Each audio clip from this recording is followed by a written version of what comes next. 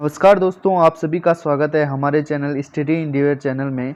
और उत्तराखंड जी के हम पुलिस कांस्टेबल एंड लेखपाल पटवारी के लिए करा रहे हैं। यहाँ पे एक चीज़ थोड़ा सा गलत लिखी हुई है, यहाँ पे के आना चाहिए था, तो आप प्लीज़ एडजस्ट कर लीजिएगा। हर स्लाइड में इसी तरीके से लिखा गया होगा, तो प्लीज़ पहले ही मैं डिस्क्लेमर दे रहा हूँ, आप कमेंट बॉक्स में ये मत कहिएगा कि लेखपाल की जो स्पेलिंग है वो गलत लिखी गई है। तो चलिए पहले क्वेश्चन की ओर बढ़ते हैं। निम्न में से बद्रीदत्त पांडे की पुस्तक का नाम क्या है? तो बद्रीदत्त पांडे जी हैं, उनकी पुस्तक का क्या नाम है? तो देखिए, जो बद्रीदत्त पांडे जी हैं उनकी जो पुस्तक का नाम है वो है कुमाऊं का इतिहास। तो ए ऑप्शन यहाँ पे सही हो जाएगा।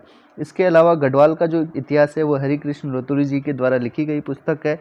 और जौहर का इतिहास, देखिए जौहर जो घाटी है, ये जौहर घाटी मुनस्यारी में है, और जौहर घाटी से जो संबंधित एक बहुत ही महत्वपूर्ण पर्सन है जिनका नाम है नैन सिंह रावत। तो ये चीज़ आप याद रखिएगा, ठीक है।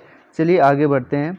देखिए, निम्नलिखित में से किस झील की गहराई सर्वाधिक है? तो देखिए, जो यहाँ पे आपके पास ऑप्शन दिए गए हैं, इनमें से सबसे गहरी कौन सी झील है? तो देखिए, जो इनमें से जो सबसे गहरी झील है वो है नौचुकिया ताल, ठीक है। तो ये जो नौचुकिया ताल है ये सबसे गहरी झील है। जबकि अगर भीमताल की बात करें तो जो ये भीमताल है ये सबसे बड़ी ताल है, ठीक है। ये हम कहें कि सबसे बड़ा झील है, ठीक है। इसके अलावा जो ये 7 ताल है ये भी नैनीताल में है, नैनी झील भी नैनीताल में। तो ये सारी की सारी झीलें नैनीताल में है, ठीक है। ये चीज़ आपको याद रखनी। नौचुकिया ताल कहाँ है? नैनीताल में, और ये सबसे गहरी झील है। जबकि हम भीमताल की बात करें तो भीमताल सबसे बड़ी झील है पूरे उत्तराखंड की, ठीक है। और इसके अलावा भीमताल में ही भीमेश्वर मंदिर भी है, तो ये चीज़ आपको याद रखनी है।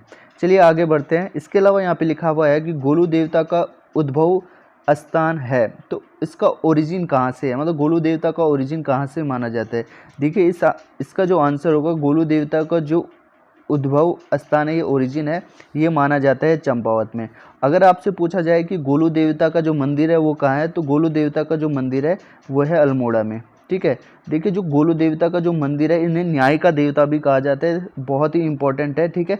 ये याद रखिएगा। आप कभी गोलू देवता मंदिर जाओगे तो वहाँ जो लोग हैं वो लिख लेते हैं और लिख के वहीं रखते हैं अपनी जो मनोकामनाएं हैं, ठीक है। और जब उनकी मनोकामनाएं पूरी हो जाती है तो फिर उसके बाद वो वहाँ घंटी चढ़ाने जाते हैं। यहाँ तक मैंने देखा है कि वहाँ लोग स्टाम्प पेपर तक चढ़ा देते हैं, ठीक है। तो इस तरीके से मान्यता है गोलू देवता की, ठीक है।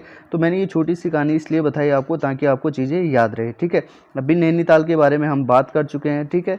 चलिए आगे बढ़ते हैं। इसके अलावा यहाँ पे थोड़ा सा मैं बता दूँ हरिद्वार के बारे में। देखिए, जो हरिद्वार है, हरिद्वार में सबसे ज़्यादा पॉपुलेशन डेंसिटी है पूरे उत्तराखंड में, ठीक है। उत्तराखंड के जितने भी डिस्ट्रिक्ट हैं उनमें से सबसे ज़्यादा पॉपुलेशन डेंसिटी हरिद्वार की ही है, ठीक है। चलिए आगे बढ़ते हैं। कुमाऊं परिषद का पहला अधिवेशन कब और कहाँ हुआ था? देखिए, जो कुमाऊं परिषद थी, कुमाऊं परिषद का जो गठन हुआ था वो 1916 में हुआ था। ये चीज़ आपको याद रखनी है। और इसके अलावा इनका जो पहला अधिवेशन हुआ था वो 1917 में हुआ था, और 1917 में ये हुआ था अल्मोड़ा में, ठीक है। ये हुआ था अल्मोड़ा में। देखिए, जयदत्त जोशी उस टाइम पे अध्यक्ष थे। जयदत्त जोशी उस टाइम पे अध्यक्ष थे, और ये हुआ था अल्मोड़ा में, ठीक है। जबकि अगर मैं बताऊं तो जब 5वां अधिवेशन हुआ था, जब 5th अधिवेशन हुआ था, तो 5th अधिवेशन के जो अध्यक्ष थे वो थे बद्रीदत्त पांडे, ठीक है। जबकि चौथा अधिवेशन था, चौथे अधिवेशन में ये कहा गया था कि हम असहयोग आंदोलन में भाग लेंगे। इसके अलावा इनके जो लास्ट अधिवेशन था, ठीक है, 6वां अधिवेशन इनका लास्ट अधिवेशन था, और इस अधिवेशन के जो अध्यक्ष थे वो बैरिस्टर मुकुंदी लाल थे। इसके अलावा 1926 में जो कुमाऊं परिषद थी, इसका विलय हो गया था किसमें? इंडियन नेशनल कांग्रेस में। तो आई होप आपको ये सारी चीज़ें समझ में आई होंगी। चलिए आगे बढ़ते हैं।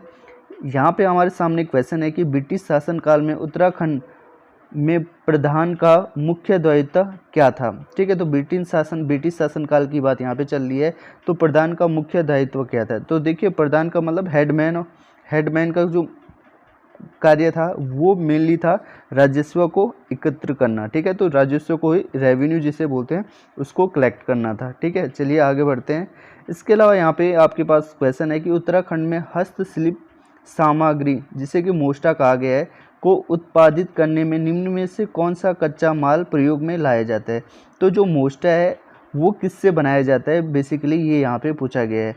तो देखिए, जो मोष्टा है वो मोष्टा बनाया जाता है रिंगाल से, ठीक है, ये रिंगाल से, इसे छोटा छोटा बांस भी कहा जाता है रिंगाल से। देखिए रिंगाल जो है दिस इज़ वेरी इंपॉर्टेंट। जो आपने कटोरियाँ देखी होंगी, ठीक है, कटोरियाँ भी जो कटोरियाँ होती हैं या जो गढ़वाली में सॉल्टे बोलते हैं, ये सारी चीज़ें रिंगाल से बनाई जाती है और रिंगाल को जीआई टैग भी मिल चुका है।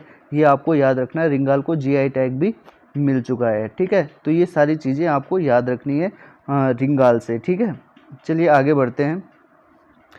ऐतिहासिक स्थल लघु उडियार किस नदी के तट पर स्थित है? देखिए जो ऐतिहासिक स्थल लघु उडियार की बात करें तो ये प्रागैतिहासिक काल का एक उडियार है, ठीक है, लघु उडियार, ठीक है, लाखों उडियार होगा यहाँ पे, ठीक है, लघु नहीं होगा, लाखों उडियार होगा, ठीक है, लाख उडियार थे, मतलब लाख मतलब लाखों उडियार थे, ठीक है। किस तट पर स्थित है? तो ये जो तट किसके तट पर, ये है सुयाल नदी के तट पे। और सुयाल नदी कहाँ बहती है? ये बहती है अल्मोड़ा, ठीक है, अल्मोड़ा में बहती है। और जो सुयाल नदी है, ये सुयाल नदी किस नदी की सहायक नदी है? ये है कोसी नदी की सहायक नदी, ठीक है। तो कोसी नदी इस तरीके से बीचों बीच अल्मोड़ा से जाती है और सुयाल नदी बाड़े छिना रेंज से आती है, ठीक है। तो यहाँ पे सुयाल नदी आती है, ठीक है। इसके अलावा पश्चिमी रामगंगा भी अल्मोड़ा में बहती है और पश्चिमी रामगंगा की जो सहायक नदी है वो ग्यास नदी है, ठीक है, ये चीज़ आपको याद रखनी है।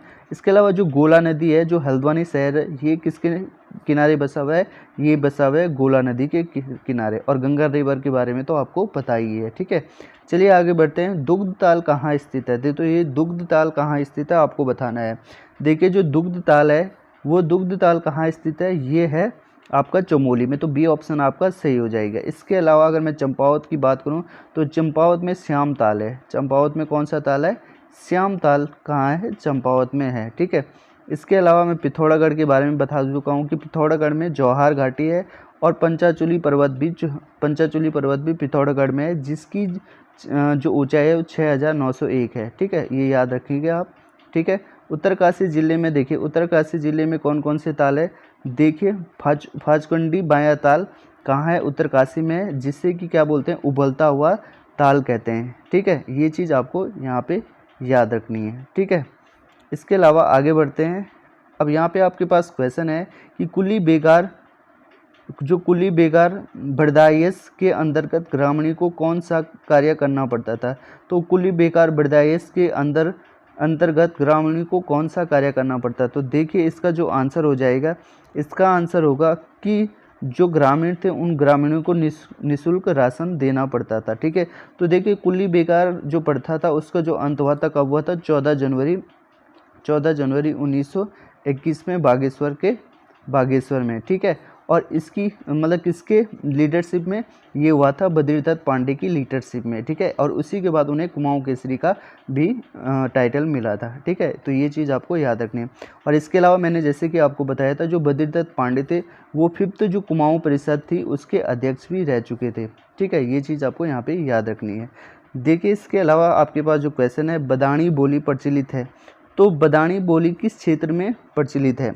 देखिए रुद्रप्रयाग तो रुद्रप्रयाग में है, पौड़ी क्षेत्र में है, बिनसर है, जो बिनसर वन्यजीव अभ्यारण्य भी ये अल्मोड़ा में है, ठीक है। और पिंडर क्षेत्र, देखिए जो ये पिंडर क्षेत्र है, पिंडर जो नदी भी है आपको पता है, जो पिंडारी ग्लेशियर से निकलती है बागेश्वर से और फिर वो चमोली में जाती है, ठीक है। तो जो बदाणी बोली है ये पिंडर क्षेत्र से संबंधित है, ये पिंडर क्षेत्र से संबंधित है। अब एक चीज़ याद रखिए आपको कि पिंडर नदी पे 2 महत्वपूर्ण इम्पोर्टेंट परियोजनाएं हैं, एक है देवसारी परियोजना और दूसरी है मेलखेत परियोजना, ठीक है, दूसरी है मेलखेत परियोजना, ठीक है।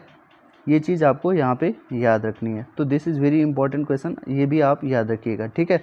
तो हमारे सभी क्वेश्चन इस टाइम पे पूरे हो चुके हैं। आई होप जो ये लेक्चर है आपको बहुत अच्छा लगा होगा। इसी तरीके से दोस्तों हम जितने भी ये क्वेश्चन पूछे जा रहे हैं प्रीवियस ईयर पूछे जा चुके हैं और ये सारे के सारे जो भी क्वेश्चन है बहुत ज़्यादा इंपॉर्टेंट हैं आपके लिए, ठीक है। तो आप हमारे साथ हमेशा बनिए रहिएगा। हम डेली बेसिस पे आपको MCQ करा रहे हैं ताकि आपकी ज़्यादा से ज़्यादा प्रैक्टिस हो सके, ठीक है।